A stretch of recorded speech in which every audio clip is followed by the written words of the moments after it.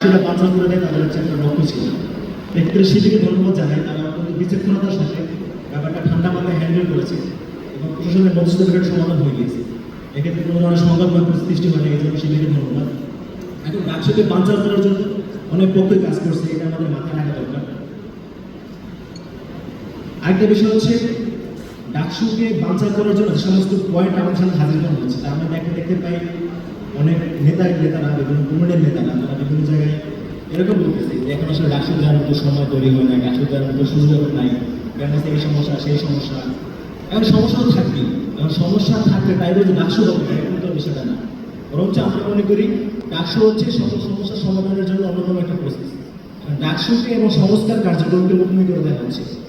বলা হচ্ছে যে আওয়ামী লীগের অনেক নেতাকর্মীরা এখনো রয়ে গিয়েছে, তাদের বিচার হয় নাই, শিক্ষকদের বিচার হয় নাই, এই সমস্যা সেই সমস্যা, এগুলো তো থাকবেই। বরঞ্চ আমরা মনে করি ডাকসু যদি সম্পূর্ণ হয়ে যায়, ডাকসু হয়ে গেলে আমরা শিক্ষার্থীরাও এই প্রশাসনিক কাঠামোতে অংশ নিব এবং সেখান থেকে আমরা আমাদের জায়গা থেকে প্রশাসনকে সাথে নিয়ে কাজ করব, এই ধরনের যাতে কোনো ধরনের আমাদের ঘটনা না ঘটে। এই জন্য ডাকসু এবং সংস্কারকে পরস্পর মুখোমুখি করে দেওয়া যাবে না। আরেকটা বিষয় হচ্ছে ডাকসু নির্বাচন আশা করি এবার হয়ে যাবে, যেহেতু প্রশাসন খুব বেশি আন্তরিক এবং পরিবেশ পরিস্থিতি অনুকূলে আছে এখনো পর্যন্ত। ডাকসু নির্বাচন আশা করি আমরা যদি ডিসিপ্লিনের সাথে ডিল করি, ডাকসু আশা করি হয়ে যাবে এবং এইবার ডাকসু হলে যেন পরবর্তী সময়ে ডাকসু মানে বিঘ্নিত না হয়, ডাকসু যেন রেগুলার আসে, একটা বছর পর যেন ডাকসু চলে আসে, এই পন্থা আমাদের আগাতে হবে। এখন যে বিষয় ডিসকাস করে এসেছিলাম যে গতকালকের বিষয়টা, ডিসি যারা মব সৃষ্টি করে এসে কিছু মানুষের ছবি যেন নামিয়ে দিল, এই বিষয়টার একটা উদ্দেশ্য ছিল হচ্ছে ডাকসু বাঞ্চাল করে দেয়, আমার কাছে মনে হচ্ছে। আরেকটা বড় যে বিষয়, সেটাও ছাত্ররাজনীতির একটা অন্যতম ভাবা বিষয়, যে আমরা রাজনীতি করব আমাদের মৌলিক যে মতাদর্শ সেই জায়গা থেকে, এখানে কোনোভাবেই মানে আমরা যেন কোনো সন্ত্রাসী কার্যক্রমকে স্থান না দিই। যেমন গতকাল যে বিষয়টা ঘটেছে, মব ভায়োলেন্স করে যে হাসিনার বিচার বহির্ভূত হত্যাকাণ্ডের যে নমুনা এখানে সেগুলো উপস্থাপন করেছিল, সেগুলোকে সরিয়ে দেওয়ার বিষয়টা। আপনারা তো অনেকে ভাবতে পারেন যে আসলে এই শাহবাগী এরা আসলে কেন এভাবে লাফাচ্ছে, এদেরকে আসলে শুধুমাত্র একাত্তরের চেতনা এদের হলেই তারা এভাবে লাফাচ্ছে, আসলে ব্যাপারটা এমন না।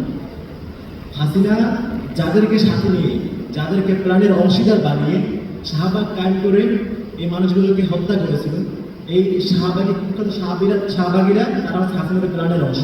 এই শাহবাগীরা এই দিনের পর দিন বিরিয়ানি খেয়ে শাহবাগে পড়েছিল এবং হাসিনার প্রাণের অংশ হয়ে একটা দামি আন্দোলন সৃষ্টি করে, দামি শাহবাগ কায়েম করে তারা হচ্ছে হাসিনার মাধ্যমে এভাবে বিচারের হত্যাকাণ্ড তারা সংগঠিত করেছে। তো এখন যদি এই শাহবাগের বিচার এখন হয়, তাহলে সবার আগে ফেসে যাবে এই মর্যাদাগুলো। এখন এই কারণে এরা নিজেদেরকে দায়মুক্তি দেওয়ার জন্য একাত্তরকে ঢালভাবে সামনে নিয়ে এসেছে, আর একাত্তরের চেতনা বলে বলে এভাবে শাহবাগকে দায়মুক্তি দেওয়ার চেষ্টা করতেছে। এটা আসলে একাত্তর নয়, তাদের মূল সমস্যা তারা আসলে অপরাধী, তারা সেই অপরাধকে ঢাকার জন্য, অপরাধকে লঘু করার চক্রান্ত থেকেই তারা একাত্তরকে সামনে নিয়ে এসেছে। এখন আমাদের মতো অত্যন্ত পরিষ্কার, আমরা 24কে যেমন গ্রহণ করি, একই সাথে 71কেও গ্রহণ করি, একটা সেম হয় আমরা 47কেও গ্রহণ করি, এই কোনোটাই পরস্পর বিরোধী নয়। এখন যারা হচ্ছে কৌশলে এভাবে নিজেদের অপকর্ম ঢাকার জন্য যারা 24 এবং 71কে পরস্পর মুখোমুখি করে দিচ্ছে, তাদের বিরুদ্ধে আমাদের একটা অবস্থান থাকতে হবে।